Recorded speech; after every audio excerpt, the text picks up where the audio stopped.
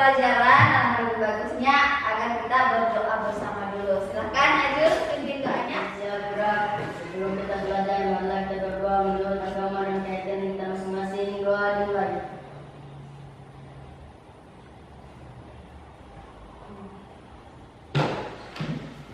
Terima kasih. Nah, hari ini kita akan belajar tentang iman kepada qadar dan qadar. Jadi iman kepada dan qadar. Sebelum itu ada yang tidak hadir? Hadir semua. Hadir semua? Nah, siapa yang masih ingat pelajaran minggu lalu? Coba angkat tangan. Ya, silakan. Zakat adalah salah satu dari rukun Islam. Zakat adalah sejumlah harta yang wajib dikeluarkan oleh muslim untuk diberikan kepada golongan yang berhak menerima sesuai dengan ketentuan yang telah ditetapkan oleh Allah. Oke, mantap. Jadi zakat. Zakat adalah keluarkan harta oleh seorang muslim untuk diberikan kepada orang yang berhak menerima zakat. Jadi, nah itu pelajaran mula. Oke, tujuan pembelajaran kita hari ini adalah mengetahui pengertian iman kepada qadar dan qadar. Yang kedua, mengetahui manfaat dari iman. Yang ketiga adalah membuat mind mapping. Ada yang tahu apa itu mind mapping? Mind mapping adalah visual gambar yang terstruktur yang menampilkan ide-ide pikiran atau bacaan yang terstruktur. Jadi itu seperti peta konsep. Tahu peta konsep? Seperti itu mind mapping. Nah, hari ini kita akan membahas iman kepada qadar. Nah, siapa sih yang masih ingat apa itu iman kepada qadar dan qadar? Siapa? Siapa? Ya, silakan deh. Terdapat Allah SWT yang bersifat umum dan telah ditentukan sejak azali. Ya. Zaman sebelum kita alam semesta. Ini mencakup segala sesuatu yang akan terjadi baik besar maupun kecil. Oke, mantap. Jadi iman kepada qadar adalah mempercayai ketentuan Allah, baik itu buruk dan tidak. Jadi suatu ketentuan Allah yang dapat diubah dengan ketentuan Allah yang tidak dapat dirubah. Oke. Nah, hari ini kita akan buat mind mapping. Jadi sebelum itu, ini sudah terbentuk kelompoknya ya? Sudah. Mana kelompok satu? Oke, kelompok satu, kelompok dua, kelompok tiga. Oke, mantap. Jadi kelompok satu, kelompok dua, kelompok tiga. Kelompok satu akan membuat mind mapping tentang apa sih itu qadar dan qadar. Nah, jadi qadar dan qadar itu apa? Terus qadar dan qadar itu terbagi berapa? Dua ya? Dua. Takdir apa? Takdir mubham dengan takdir mu'allaq. Ya, betul sekali. Terus ada dalil-dalilnya. Jadi di kelompok dua itu membahas tentang dalil. Nah, sebentar kita akan tampilkan peta konsepnya tentang dalil-dalilnya iman kepada qadar dan qadar. Sedangkan kelompok tiga membahas tentang hikmah beriman kepada qadar dan qadar. Jadi sebentar kita akan buat proyek ya. Bawa gunting? Bawa pulpen?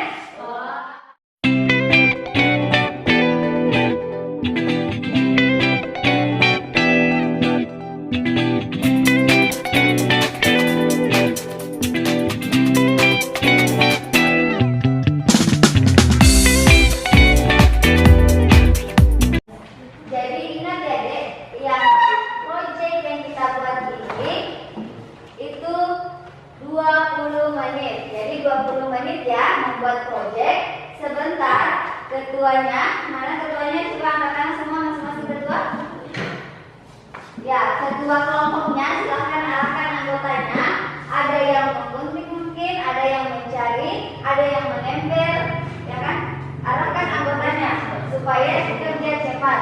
Bisa kan? Bisa, oke. Selamat bekerja ya adik-adik. Semangat, semangat.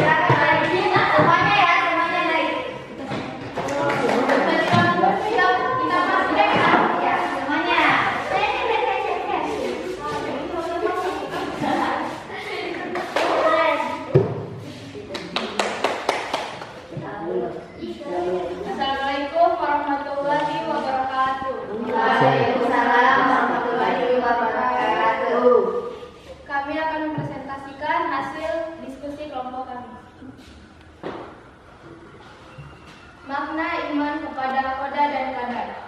Qada, ketetapan Allah Subhanahu wa taala yang bersifat umum dan telah ditentukan sejak azali, zaman sebelum penciptaan alam semesta. Ini mencakup segala sesuatu yang akan terjadi, baik besar maupun kecil. Qadar, perwujudan atau relasi garis qadar. Ini adalah waktu dan cara terjadinya suatu peristiwa sesuai dengan ketetapan Allah Subhanahu wa taala. Oke, aplaus untuk kelompok 1. Ada tanggapan? Nada. Oke, silakan duduk deh. Sekian dari hasil diskusi kelompok kami. Wassalamualaikum warahmatullahi wabarakatuh. Waalaikumsalam warahmatullahi wabarakatuh. Selanjutnya kelompok 2. Oke, kelompok 2 silakan.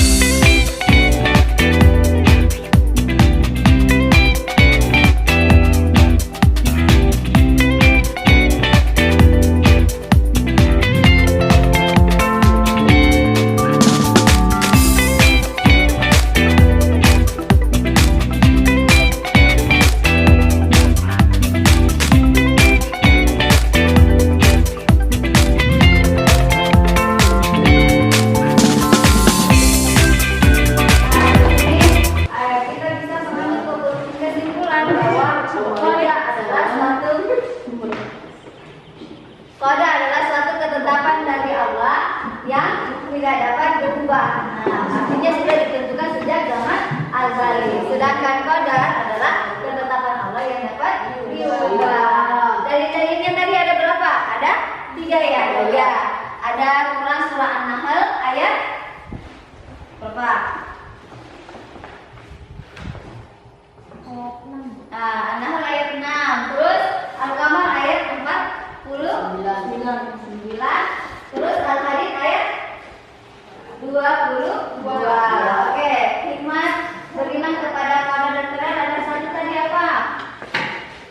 Melatih diri untuk Mendekatkan diri kepada Allah. yang pertama mendekatkan diri kepada Allah. Yang kedua apa? Melatih diri senantiasa ikhlas, ridho, lapang dada. Ikhlas, ridho dan lapang dada. Oke. Itulah kesimpulan dari pelajaran kita hari ini. Baik, sebelumnya kita akan melakukan asesmen terakhir. Penilaian terakhir. Silakan dipakai ya.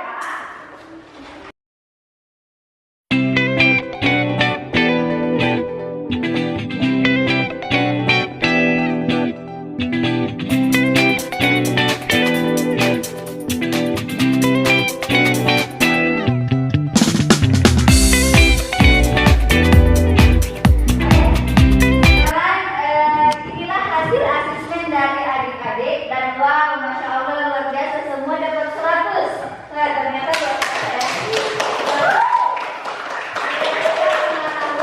apa itu iman kepada qada dan qadar, apa dalil-dalilnya dan apa hikmah beriman kepada qada dan qadar. Oke, sebelum berakhir, bagaimana perasaan kalian? Senang, apa lagi? Happy. Pelajari semuanya Bu. Oh iya, mantap ya. Sebelum itu kita akan main games dulu. Games. Main game? Iya, kita akan main games. Games menyusun kata. Jadi yang tahu langsung angkat tangan. Nah, yang tahu langsung angkat tangan. Oke, siap? Siap. Kira-kira Iman bagus sekali. Iman. Oke, pertanyaan selanjutnya. Apa?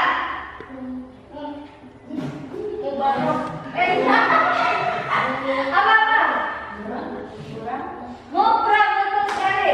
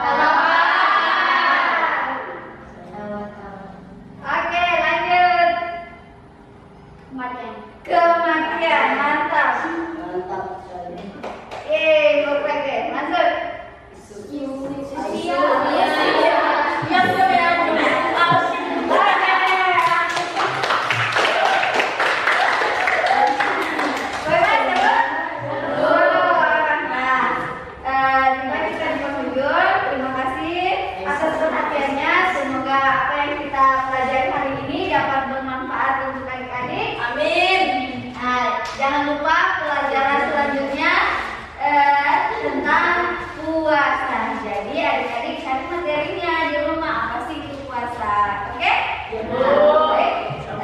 Untuk ketemu silakan tutup pelajarannya.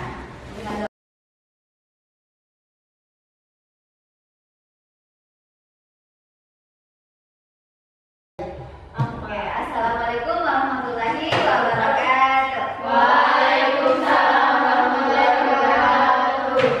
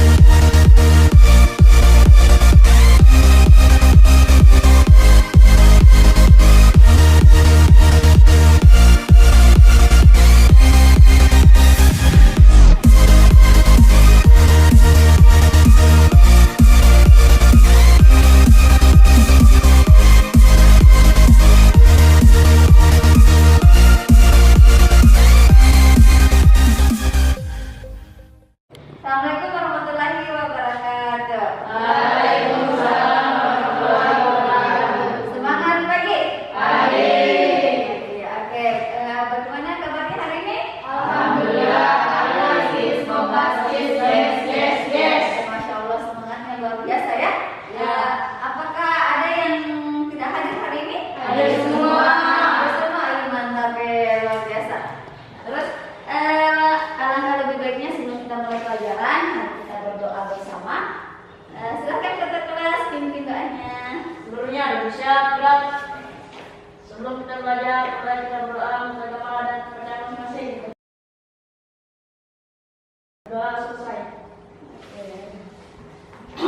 Baik, hari ini kita akan belajar tentang iman kepada qada dan qadar dengan tujuan pembelajaran hikmah beriman kepada qada dan qadar. Jadi kita akan belajar tentang bagaimana sih hikmah beriman kepada qada dan qadar. Oke, ada yang bisa baca di atas? Apa? Baca di atas. Belajar dari hati dan menyerahkan solusi. Betul sekali. Lelah belajar itu pasti, tapi menyerah bukan solusi. Jadi memang pada saat sekarang mungkin ada ini capek belajar, banyak tugas-tugasnya toh, tapi tidak boleh menyerah. Ya kan? Kalau mau jadi orang sukses harus apa? Harus belajar sungguh-sungguh, harus giat belajar. Nah, oke. Selanjutnya siapa sih di antara kalian yang pernah mendengar kisah Nabi Ibrahim dengan Nabi Ismail? Adik, pernah dengar? Pernah. Kira-kira apa yang ada di benak adik tentang kisah tersebut? Kepatuhan Nabi Ibrahim dan Nabi Ismail terhadap takdir Allah. Ih, mantap luar biasa. Kepatuhan Nabi Ibrahim terhadap perintah Allah. Yang mana perintahnya? Menyembelih Nabi Ismail atau menyembelih putranya. Bagaimana? Kira-kira kalau misalnya kita orang tua tega tidak kalau kita mau sebeli anak kita? Tidak, tidak. Tapi kalau ini perintah dari Allah, kira-kira mau tidak? Hah? Mau? Mau tidak? Kalau misalnya ini perintah dari apa? Tidak mau? Mau atau tidak mau? Mau.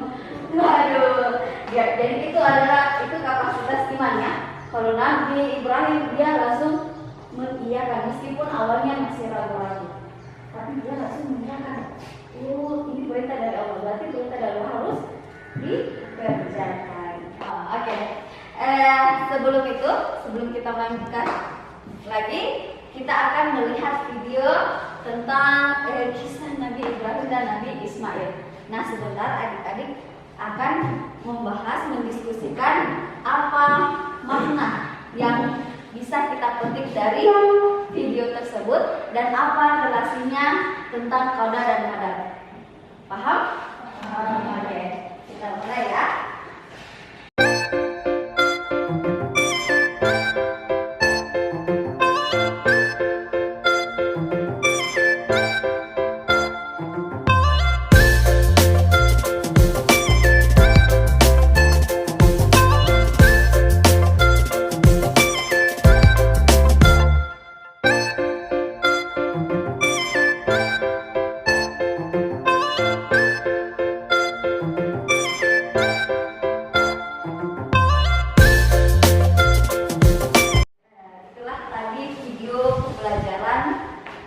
Yang baru saja kalian nonton ya.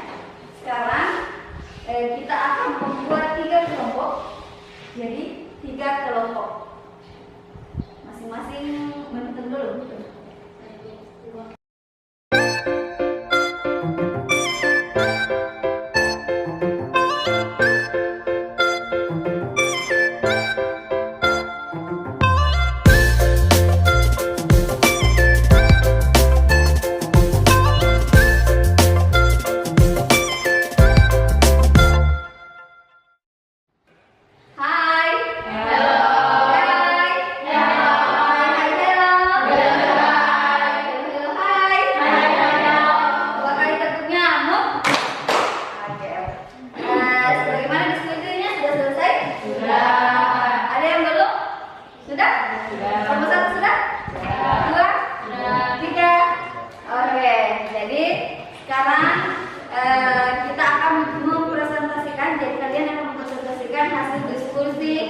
Dari kelompok kalian tentang video tadi dengan relasinya terhadap qada dan qadar. Oke, silahkan naikkan tangannya di atas dua-duanya.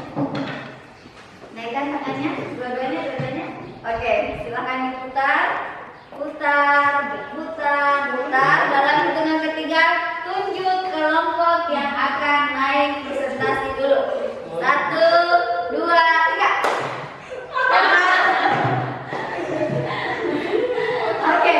Silakan dari kelompok 3 naik untuk presentasikan hasil diskusinya. Ya.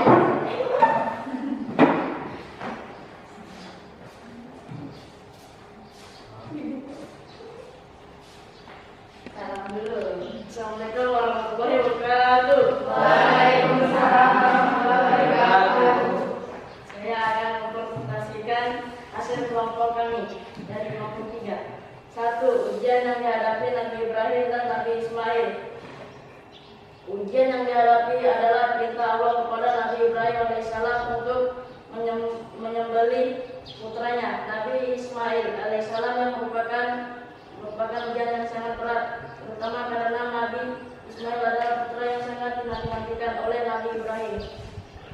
2. Sikap Nabi Ibrahim dan Nabi Ismail. Nabi Ibrahim alaihissalam menunjukkan sikap taat, sabar, dan ikhlas dalam melaksanakan perintah Allah, meskipun itu sangat sulit. Sementara Nabi Ismail alaihissalam menerima perintah tersebut dengan penuh ketulusan, berserah diri dan mendukung ayahnya untuk menjalankan perintah Allah tanpa. Oke, apa untuk kelompok 3? Apakah ada tanggapan? Tidak ada? Oke, silakan duduk. Sekarang naikkan lagi tangannya. Nah, diputar lagi, putar. Ingat, dalam hitungan ketiga, tunjuk kelompok yang akan naik. 1, 2, 3.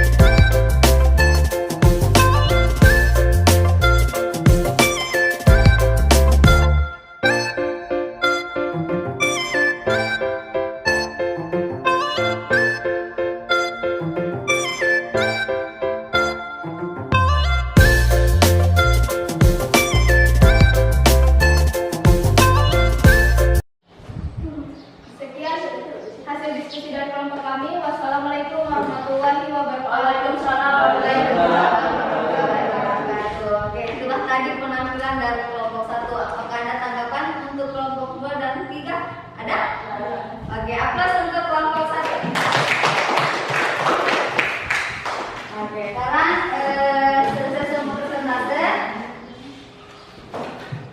Silahkan kerjakan refleksi asesmen terakhir ya.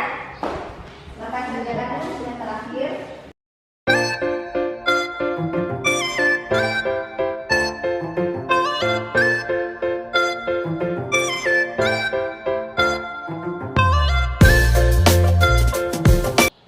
Bagaimana sudah selesai? Sudah. Oke, silakan duduk dulu ya. Bagaimana?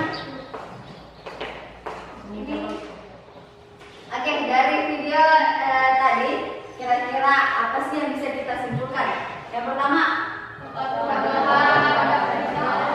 sekali, kepatuhan terhadap perintah Allah. Jadi peristiwa ini mengajarkan kita agar patuh terhadap qadar dan qadarnya Allah. Yang kedua apa? Ya, kesabaran Nabi Ismail. Ya, betul sekali. Dari peristiwa ini kita juga melihat bagaimana bentuk kesabaran dari Nabi Ismail, bagaimana dia menerima ketetapan yang ditakdirkan kepada dia. Ya kan? Kalau bisa contohnya, kalau misalnya kita kira-kira tidak kita yang di posisinya Nabi Ismail, tentu tidak toh? Tidak. Tapi itulah bedanya kita dengan Nabi Ismail. Kalau Nabi Ismail dia menerima dengan tabah. Yang ketiga apa? Tawakal kepada Allah. Ya, tawakal kepada Allah. Dari kisah ini mengajarkan pentingnya sikap tawakal. Betul sekali. Jadi setelah mempelajari ini, kira-kira bagaimana perasaan kalian? Senang? Senang Bu, Kenapa senang? bisa mempelajari tentang kisah Ismail. Oke, mantap, luar biasa. Aku dulu. Jadi ingat adek, apapun yang kita hadapi, baik itu cobaan atau ujian, kita harus hadapi dengan ikhlas. Ikhlas, sabar, tetap berprasangka baik kepada Allah. Karena Allah tidak akan mendatangkan suatu cobaan di luar dari batas kemampuannya kita. Iya, Allah tidak akan mendatangkan cobaan di luar dari batas kemampuannya kita. Allah sudah tahu kalau misalnya Aisyah ini bisa hadapi cobaan ini begitu berat ya. Allah sudah tahu kalau misalnya Rizky kamu akan sakit seperti ini, berarti Rizky akan diangkat derajatnya. Paham tak? Paham? Ada yang mau bertanya? Nggak ada? Ada? Oke. Sebelum kita tutup pelajaran, ingat adek, untuk pelajaran minggu depan kita akan belajar tentang materi puasa. Jadi silahkan cari di rumah materi puasa, macam-macam kita akan belajar di sini. Oke? Ketua kelas silahkan duduk dengan doa. Kemudian bersiap gerak.